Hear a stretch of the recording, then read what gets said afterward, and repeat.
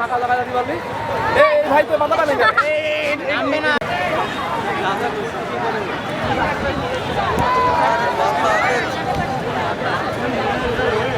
মানে আয়োজক ব্যাচ হিসেবে এত মানুষ আসছে, এনজয় করতেছে, এটা আমার কাছে অনেক ভালো লাগতেছে। আর ঘুড়ি উৎসব তো আমাদের বাংলাদেশের একটা ঐতিহ্য। আমি পিস বলছি। এই বছর দেখছি যে এই উৎসবটা অনেক বেশি প্রাণবন্ত এবং অনেক বেশি মানুষের কোলাহল। আরো দূরে যাও।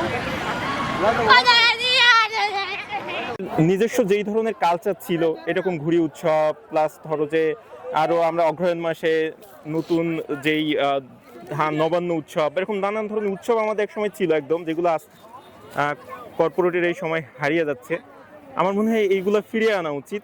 এতে করে ছেলে মেয়েদের ভেতরে ধরো যে এক ধরনের আমাদের একদম ওন একটা কালচারাল বোধ তৈরি হবে।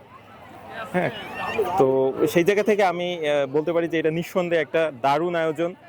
আমরা তো সবাই আসছি, আমার বেবিকেও নিয়ে আসছি, ও খুবই এনজয় করতেছে। চারিদিকে এত মানুষ, এত ঘুড়ি, ও কখনো একসাথে দেখে নাই। এই 50 টাকা দাম, এই 5টাই 50 এর একটা 50। মধ্য দিয়ে মনে হচ্ছে আমাদের বৈশাখের সূচনা হয়ে গেছে। এখানে আমরা সিনিয়র জুনিয়র সবাই মিলে একটা সৌহার্দ্যপূর্ণ পরিবেশে আমরা ঘুড়ি উৎসব দেখছি। আকাশ দেখছি অনেক ঘুড়ি, মনে হচ্ছে আমরা উড়ির মতো উঠতেছি। আমরা এটাই কামনা করবো যে আমাদের পহেলা বৈশাখ সহ বছরের প্রত্যেকটা দিনে আমরা সুন্দরভাবে কাটুক। যেটা হলো যে সবার সাথে একটা সুন্দর একটা সম্পর্ক, ভ্রাতৃত্ববোধ, একটা বন্ধন তৈরি হচ্ছে। এই বন্ধনের মধ্যে আগামী দিনের যে প্রত্যাশা আমাদের বিশ্ববিদ্যালয় সুন্দরভাবে এবং সামাজিক যে অবস্থানে আমরা বিভিন্নভাবে আমাদের বিভিন্ন কর্মকাণ্ডে আমরা অংশগ্রহণ নিচ্ছি, সবাইকে অংশগ্রহণ করে এই বিশ্ববিদ্যালয়টা এগিয়ে যাচ্ছে। আমি মনে করি যে এই ধরনের অনুষ্ঠান এটা বাঙালির একটা চিরাচরিত অনুষ্ঠান এবং এটা সুন্দরভাবে হোক, আরও ভালোভাবে হোক, সেটা আমি প্রত্যাশা করছি।